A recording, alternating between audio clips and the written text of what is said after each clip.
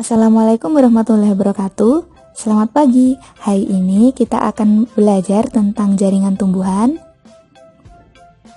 tepatnya mengenai jenis-jenis jaringan tumbuhan. Nah, tujuan pembelajaran hari ini adalah agar siswa mampu menganalisis keterkaitan antara struktur sel pada jaringan tumbuhan dengan fungsi organ pada tumbuhan, serta bioproses yang berlangsung pada tumbuhan. Kemudian, siswa juga mampu menyajikan data hasil pengamatan struktur jaringan dan organ pada tumbuhan. Nah, pernahkah kalian mengamati perbedaan kondisi antara pohon beringin dan pohon jagung? Pernahkah kalian bertanya-tanya, mengapa pohon beringin mampu tumbuh besar dan tinggi, sementara pohon jagung tidak mampu tumbuh tinggi setinggi beringin? Nah, kita akan mencari jawabannya dengan belajar mengenai jaringan tumbuhan setelah ini. Nah, macam-macam jaringan tumbuhan. Jadi pada dasarnya, jaringan tumbuhan itu dibagi menjadi dua, yakni jaringan meristem dan jaringan dewasa. Jaringan meristem adalah jaringan yang masih bersifat embrional atau masih aktif membelah.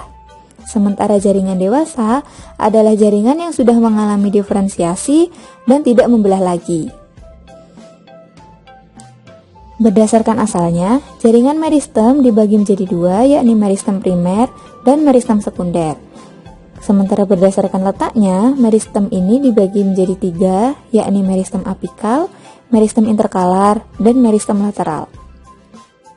Sementara jaringan dewasa dibagi berdasarkan fungsinya menjadi 5, yakni jaringan pelindung, jaringan parenkim atau jaringan dasar, jaringan penguat, jaringan pengangkut, dan jaringan peridot. Kita lanjut ke pembagian jaringan meristem.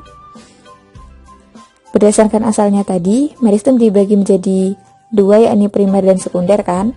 Nah, meristem primer ini adalah meristem yang berasal dari sel-sel embrional. Jadi meristemnya itu masih asli dari kecil sampai tumbuhan itu besar. Nah, biasanya itu terdapat pada kuncup ujung batang dan ujung akar. Sementara meristem sekunder adalah meristem yang terbentuk dari jaringan dewasa yang telah terhenti pertumbuhannya, tetapi menjadi embrional kembali. Misalnya, kambium gabus dan kambium vaskuler. Kemudian berdasarkan lokasinya, meristem ini dibagi menjadi 3, yakni meristem apikal yang berada pada kuncup dan ujung akar. Jadi meristem apikal ini bertanggung jawab untuk menambah tinggi tumbuhan. Kemudian ada meristem lateral, yakni pada kambium di batang, yang bertanggung jawab untuk menambah lingkar keliling batang atau tebalnya batang. Kemudian yang ketiga adalah meristem interkalar yang berada pada nodus atau pangkal tangkai daun. Misalnya pada ruas-ruas bambu. Nah, itu kan ruas bambu itu kan panjang ya. Nah, itu panjang karena adanya meristem interkalar. Kemudian kita pindah ke jaringan dewasa yang pertama, yakni jaringan epidermis. Jadi jaringan epidermis ini adalah jaringan terluar yang menutupi seluruh tubuh tumbuhan. Nah, jaringan epidermis ini selain berfungsi sebagai pelindung, juga berfungsi sebagai tempat pertukaran zat. Oleh karena itu, jaringan epidermis ini biasanya terdiri dari satu lapisan sel yang masih hidup saja, untuk memudahkan terjadinya pertukaran zat. Nah, sebagian sel-sel epidermis ini dapat berkembang menjadi alat-alat tambahan lain yang disebut sebagai derivat epidermis, misalnya stomata dan trikomata. Stomata ini berfungsi dalam fotosintesis dan respirasi ya. Sementara trikomata ini memiliki beberapa fungsi, yakni untuk sekresi, untuk perlindungan diri, dan mencegah hilangnya air ketika terjadi penguapan. Selain itu, jaringan epidermis ini biasanya juga ditutupi oleh kutikula, terutama pada bagian daun. Kutikula ini apa? Kutikula adalah zat lilin yang berfungsi untuk mengurangi penguapan air ketika transpirasi terjadi. Oke, lanjut. Jaringan parenkim. Jadi jaringan parenkim ini adalah jaringan dasar yang berada pada hampir seluruh organ tumbuhan. Nah, jaringan parenkim ini adalah sumber sel baru saat regenerasi atau saat memperbaiki sel-sel lama yang rusak. Nah, selain itu, jaringan parenkim ini juga berperan dalam fotosintesis, respirasi, dan penyimpanan bahan makanan. Nah, jaringan parenkim ini memiliki beberapa tipe, di antaranya adalah aerenkim dan klorenkim. Aerenkim adalah jaringan parenkim yang memiliki rongga udara di dalamnya. Biasanya dapat ditemukan pada organ tumbuhan yang mengapung, misalnya pada batang teratai dan daun teratai. Sementara klorenkim adalah jaringan parenkim yang memiliki klorofil di dalamnya. Oke, lanjut. Kita ke jaringan kolenkim. Jaringan kolenkim termasuk ke dalam jaringan penguat. Oleh karena itu, fungsi utama dari jaringan kolenkim ini adalah sebagai penyokong batang yang masih muda dan sedang tumbuh. Nah, jaringan kolenkim ini dapat dijumpai pada batang, tulang daun, dan tangkai bunga yang masih muda. Berdasarkan penebalan dinding selnya, kolenkim ini dapat dibedakan menjadi 3, yakni lamelar, angular, dan lakunar. Nah, lamelar ini adalah penebalan dinding sel pada salah satu sisi saja, yakni pada sisi yang dekat dengan epidermis atau bagian luar dari organ, sehingga membentuk struktur seperti papan. Sementara angular adalah penebalan dinding pada bagian ujung-ujung selnya saja, kemudian lakunar adalah penebalan pada bagian ruang antar sel. Lanjut ke sklerenkim. Sama seperti kolenkim, jaringan sklerenkim ini juga termasuk ke dalam jaringan penguat, sehingga fungsi utamanya adalah untuk menguatkan bagian tumbuhan, tapi yang sudah dewasa. Kalau kolenkim tadi kan yang masih muda, nah sklerenkim ini yang sudah dewasa. Nah, sklerenkim juga berfungsi untuk melindungi bagian-bagian lunak yang berada di bagian yang lebih dalam, misalnya pada kulit biji jarak, tempurung kelapa, dan buah kenari. Nah, berdasarkan bentuknya, sklerenkim ini dibagi menjadi 2, yakni serat dan sklereid.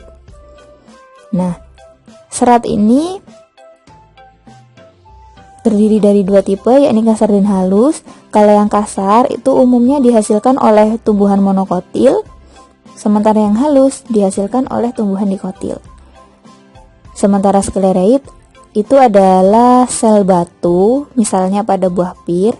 Jadi ketika kita makan buah pir, kadang kan kerasa seperti ada pasirnya. Nah, itu adalah sklereid atau sel batu tersebut. Nah, di sini jaringan sklerenkim ini sel-selnya memiliki 2 dinding sel, di mana semuanya itu mengalami penebalan yang menyeluruh. Jadi misalnya di sini pada sklereid ini dinding sel yang primer adalah dinding sel yang di luar, sementara dinding sel yang sekunder adalah dinding sel yang tebal berikut ini. Oke, lanjut. Nah, di sini adalah morfologi dari parenkim, kolenkim, dan sklerenkim. Jadi bisa dilihat perbedaannya. Pada parenkim itu hanya memiliki 1 dinding sel yang tipis, kemudian memiliki ruang antar sel. Sementara pada kolenkim itu memiliki 1 dinding sel tetapi mengalami penebalan pada beberapa bagian saja, misal pada sudut-sudutnya, dan tidak memiliki ruang antar sel. Kemudian pada sklerenkim ini sama, tidak memiliki ruang antar sel, tetapi memiliki 2 dinding sel, yakni primer dan sekunder, dan keduanya itu mengalami penebalan yang merata. Baik, lanjut ke jaringan xilem. Jaringan xilem ini termasuk ke dalam jaringan berpembuluh dan termasuk juga ke dalam jaringan yang kompleks karena terdiri atas beberapa unsur, yakni trakeit, trakea, serat xilem, dan parenkim xilem. Oke, sebelum membahas tentang unsur-unsurnya, xilem ini disebut juga sebagai pembuluh kayu karena berasal dari bahasa Yunani xilos yang artinya kayu, tersusun dari sel mati, dan memiliki dinding sel yang tebal dan mengandung lignin, serta berfungsi untuk mengangkut air dan zat mineral dari akar ke daun serta sebagai unsur penguat tumbuhan. Nah, sekarang kita ke unsur-unsur jaringan xilem. Yang pertama adalah trakeit. Trakeit adalah saluran yang ramping dan panjang dengan ujung yang runcing seperti ini. Kemudian trakea adalah saluran yang terdiri dari pipa yang lebih pendek dan lebar dengan ujung yang rata, sehingga susunan dari trakea ini akan membentuk pipa pada sepanjang pembuluh tumbuhan. Kemudian serat xilem. Serat xilem ini terdapat di antara trakeit dan trakea yang berfungsi sebagai penguat. Kemudian parenkim xilem di sini itu berfungsi untuk menyimpan cadangan makanan dan penyokong. Lanjut ke jaringan floem. Nah, jaringan floem ini juga sama, termasuk ke dalam jaringan kompleks dan termasuk ke dalam jaringan pembuluh karena terdiri dari beberapa sel atau unsur, yakni pembuluh tapis, parenkim floem, serat floem, dan sel pengiring. Nah, jaringan floem ini merupakan jaringan yang terdiri dari sel-sel yang masih hidup. Kemudian berfungsi untuk mengedarkan dan mengangkut zat makanan hasil fotosintesis dari daun ke seluruh bagian tumbuhan. Nah, pembuluh tapis pada jaringan floem ini tersusun atas sel-sel tabung tapis yang berdiameter relatif besar dan dinamakan tabung tapis karena dinding bagian ujungnya mengalami pelubangan sehingga berbentuk seperti tapis atau saringan. Oke. Nah, lubang-lubang itu memungkinkan adanya hubungan sitoplasma antar sel penyusun pembuluh tapis. Kita lanjut ke jaringan periderm.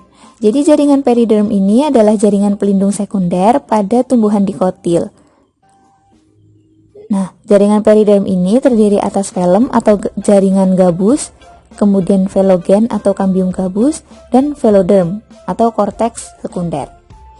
Nah, periderm ini apabila tumbuh keluar akan membentuk velum dan apabila tumbuh ke dalam akan membentuk veloderm. Periderm ini berfungsi untuk melindungi tumbuhan dari suhu ekstrim, mengurangi kehilangan air, dan melindungi dari gangguan mekanis. Nah, di sini di gambar itu kan di bawah epidermis ada jaringan gabus, yakni hasil dari pertumbuhan velogen yang keluar, dan di bawahnya ada veloderma atau korteks sekunder yang merupakan hasil pertumbuhan velogen ke dalam. Nah, selanjutnya adalah morfologi dari batang berkayu. Nah, jadi kan ada beberapa lapisan ya. Yang di tengah ini adalah lapisan inti yang terdiri dari xilem yang sudah tua, disebut dengan hardwood, inti dari kayunya. Kemudian ada sapwood yang terdiri dari xilem yang baru hasil dari pertumbuhan sekunder. Kemudian yang oranye ini adalah kambium vaskuler. Kambium vaskuler ini apabila tumbuh keluar akan membentuk floem dan apabila tumbuh ke dalam akan membentuk xilem ya. Kemudian di bagian luarnya kambium vaskuler ini adalah secondary floem, hasil dari pertumbuhan sekunder juga. Lalu yang paling luar adalah periderm, di mana yang termasuk di periderm itu juga ada kolkambium atau kambium gabus, ada kulit batang, beberapa floem, dan parenkim yang baru. Baik, sekian materi mengenai jenis-jenis jaringan tumbuhan. Kurang lebihnya mohon maaf. Terima kasih. Wassalamualaikum warahmatullahi wabarakatuh.